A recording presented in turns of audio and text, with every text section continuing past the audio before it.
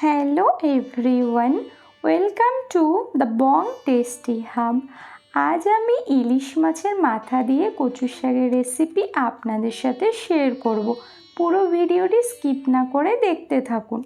এখানে আমি কচুর শাক নিয়েছি আর খুব ভালো করে খোসা ছাড়িয়ে পরিষ্কার করে ধুয়ে নিয়েছি। আর এই কচুর শাকের খোসা ছাড়ানোর সময় আপনারা একটু হাতে সরিষার তেল লাগিয়ে নেবেন, সেক্ষেত্রে হাত চুলকানোর সম্ভাবনা থাকবে না। এছাড়াও আপনারা গ্লাভস পরেও এটা করতে পারেন। এখানে আমি 3 পিস ইলিশ মাছের মাথা নিয়েছি। মাছগুলো একটু ছোট সাইজের ছিল, খুব ভালো করে পরিষ্কার করে ধুয়ে এর মধ্যে দিয়ে দিচ্ছি 1/4 টিস্পুন লবণ, 1/4 টিস্পুন হলুদ গুঁড়ো দিয়ে মাছগুলোকে খুব ভালো করে লবণ হলুদ মাখিয়ে নিতে হবে। তো মাখানো কমপ্লিট হয়ে গেছে। এবার এটাকে একটা সাইডে রেখে আমি বাকি ইনগ্রেডিয়েন্টস নিয়ে নেব। এখানে আমি কিছু মশলা নিয়েছি, যেমন ফোড়নের জন্য নিয়েছি কালো জিরে, শুকনো লঙ্কা, তেজপাতা, নিয়েছি আদা বাটা, কাঁচা লঙ্কা বাটা, জিরে বাটা, নিয়েছি লবণ, হলুদ গুঁড়ো, চিনি আর নিয়েছি কাশ্মীরি লঙ্কার গুঁড়ো। এবার রান্নাটা করব, তার জন্য কড়াইতে দিয়ে দিচ্ছি 1 কাপ জল। জলটা একটু ভালো মতো ফুটে এলে এবার এর মধ্যে আমি দিয়ে দিচ্ছি কেটে ধুয়ে রাখা কচু। তো একে একে সমস্ত কচু শাকগুলো এর মধ্যে দিয়ে দিয়েছি। এবার আমি উপর থেকে দিয়ে দিচ্ছি 1/2 চামচ লবণ আর দিয়ে দিচ্ছি 1/2 চামচ হলুদ গুঁড়ো। এবার এটাকে আমি সেদ্ধ করে নেব, তার জন্য ঢাকা চাপা দিয়ে দেব। তো 7 থেকে 8 মিনিটের জন্য আমি এটাকে সেদ্ধ করব। 7 মিনিট পরে আমি ঢাকনা খুলে নিয়েছি, আর এর আগেও মাঝখানে একবার ঢাকনা খুলে আমি একটু নেড়ে নিয়েছিলাম। তো আবারও খুব ভালো করে মিক্স করে নিচ্ছি। দেখুন কচু শাকগুলো খুব ভালো মতো সেদ্ধ হয়ে গেছে। এবার জলটা ঝরিয়ে নেব, তার জন্য এখানে একটা ছাঁকনির সাহায্যে আমি ছেঁকে তুলে নিচ্ছি।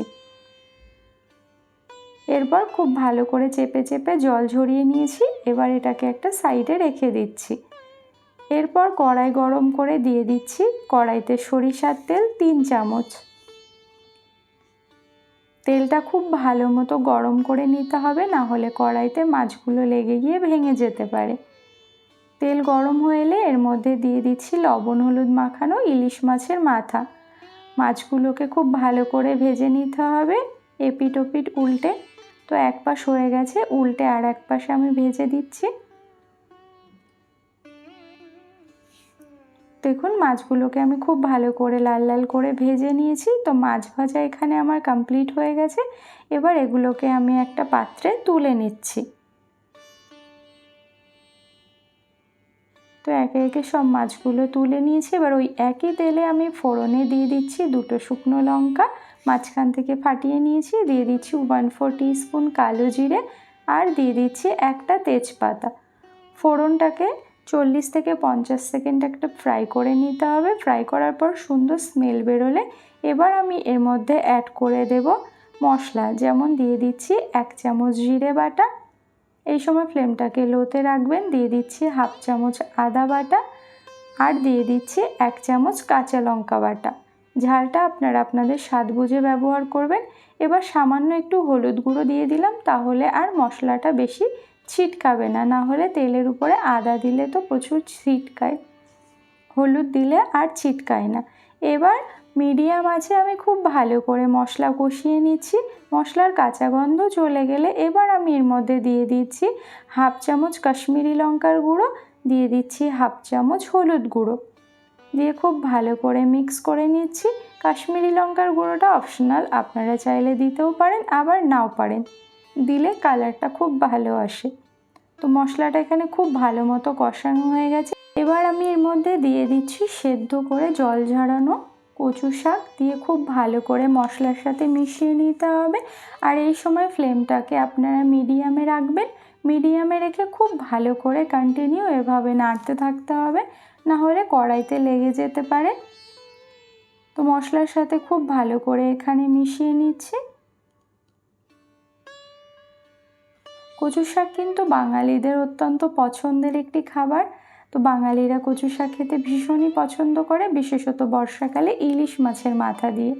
তো খুব ভালো করে মিশিয়ে নিয়েছি। এবার এর মধ্যে দিয়ে দিচ্ছি স্বাদ অনুযায়ী লবণ, দিয়ে আবারও খুব ভালো করে মিশিয়ে নিচ্ছি।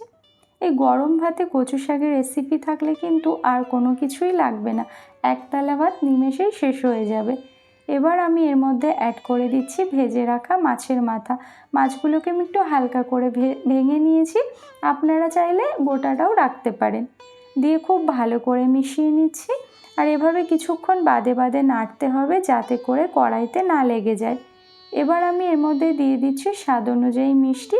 আমি এখানে 1 চামচ চিনি দিয়েছি, আপনারা আপনাদের স্বাদ বুঝে চিনিটা ব্যবহার করবেন, বাট চিনিটা কিছুতেই স্কিপ করা যাবে না, চিনিটা দিলে এর স্বাদ খুব ভালো হবে। তো এভাবে নাড়তে থাকতে হবে, পুরো জলটা শুকিয়ে কচু শাক একটা মণ্ডের মতো হয়ে আসলে বুঝতে হবে যে কচু শাকটা একদম রেডি হয়ে গেছে। তো দেখুন এখানে আমার একদম মণ্ডের মতো হয়ে গেছে, তার মানে ইলিশ মাছের মাথা দিয়ে কচু শাক রেসিপি একদম পুরোপুরি কমপ্লিট। এবার ফ্লেমটাকে আমি অফ করে দেব, দিয়ে এটাকে একটা পাত্রে সার্ভ করে নিয়েছি। তো রেসিপিটি আপনাদের কেমন লাগলো অবশ্যই কমেন্ট বক্সে জানাবেন। যদি ভালো লেগে থাকে তাহলে একটা লাইক করবেন, শেয়ার করবেন, আর আমার চ্যানেলে নতুন হয়ে থাকলে চ্যানেলটিকে সাবস্ক্রাইব করে পাশে থাকা বেল বাটনটি অন করে রাখবেন। তো সবাই ভালো থাকবেন, সুস্থ থাকবেন।